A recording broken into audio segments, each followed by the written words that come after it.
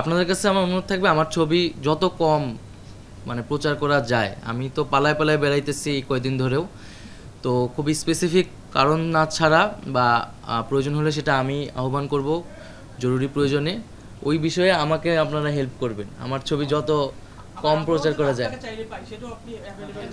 না সেটা তো আমি আমার জায়গা থেকে এনশিওর করব। আর আরেকটা কি বিষয় বললেন যে আর আইনের বিষয়টা আমি তো বললাম, আমি তো একদিন হয়েছে দায়িত্বে এসেছি, সমালোচনাগুলা অ্যাড্রেস করা হবে এবং সাংবাদিকদের সাথে বসে আমি মূলত তাদের পক্ষ থেকে তাদের কাছ থেকে শুনতে চাচ্ছি তারা কী ধরনের চ্যালেঞ্জ ফেস করে। গণমাধ্যমের স্বাধীনতার কথা ইতিমধ্যে আমি বলেছি, সে বিষয়ে যেই বিদ্যমান যেই আইন এবং বিধিনিষেধগুলো আছে সেগুলোতে যদি সংস্কার আনার প্রয়োজন মনে করা হয় সেগুলো আপনাদের সাথে আলোচনার মাধ্যমে আমরা এই বিষয়ে উদ্যোগ নিব।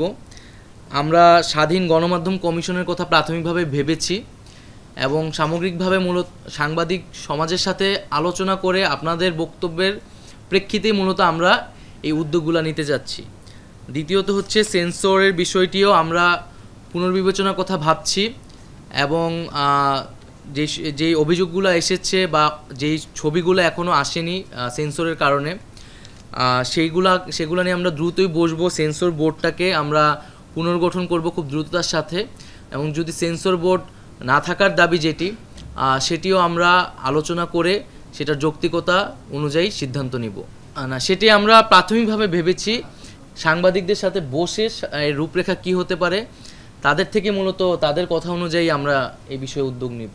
না অবশ্যই আমি তো একই সাথে আইসিটির দায়িত্বে আমি যেদিন দায়িত্ব নিয়েছি আমি কিন্তু সেদিনও বলেছি যে সাইবার সিটি একটাও আমরা এটা নিয়ে পুনর্বিবেচনা করব। এটার স্পেসিফিক কিছু বিধিনিষেধ নিয়ে বিধিমালা নিয়ে অভিযোগ আছে, সেই বিধিমালাগুলো নিয়ে আমরা কথা বলবো এবং এই বিষয়ে একটা সমাধানে আসব।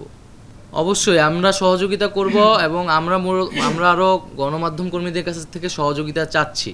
সেই সময় অনেক ফুটেজ অনেক তথ্য কিন্তু আপনাদের কাছে আছে, হয়তো আপনারা সেই সময় প্রকাশ করতে পারেননি।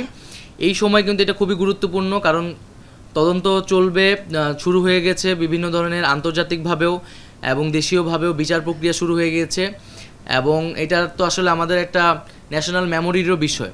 তো সেই তথ্য উপাত্তগুলা আপনারা যদি আমাদের কাছে সরবরাহ করেন বা সংশ্লিষ্ট কর্তৃপক্ষের কাছে সেটি আমাদের জন্য ভালো হবে। এবং আপনাদের কাছে আরও একটি রিকোয়েস্ট থাকবে যে আমরা এই মুহূর্তে যে ক্রাইসিসটা ফিল করতেছি, যে আহতদের পাশে দাঁড়ানো, সেই সঠিক তথ্যটা আমরা হয়তো পাচ্ছি না বা পেতে দেরি করছি, সেই জায়গাও আপনাদের সহযোগিতা আমরা আশা করছি।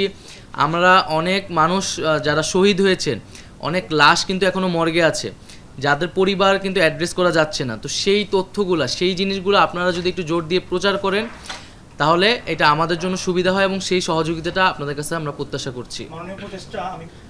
আমরা তো বলেছি আমরা ন্যায় বিচার চাই এবং এখানে যে যারা অপরাধের সাথে জড়িত ছিলেন না তাদের প্রতি যাতে কোনো ধরনের তাদের বিরুদ্ধে যাতে কোনো ধরনের ব্যবস্থা না নেওয়া হয় সে বিষয়ে আমাদের নির্দেশনা রয়েছে এবং মামলাগুলো হলেও সেগুলো কিন্তু সুস্পষ্ট তদন্তের ভিত্তিতে সেই বিষয়ে ব্যবস্থা নেওয়া হবে। এই বিষয়ে কিন্তু আইন মন্ত্রণালয়কে নির্দেশনা দেওয়া আছে।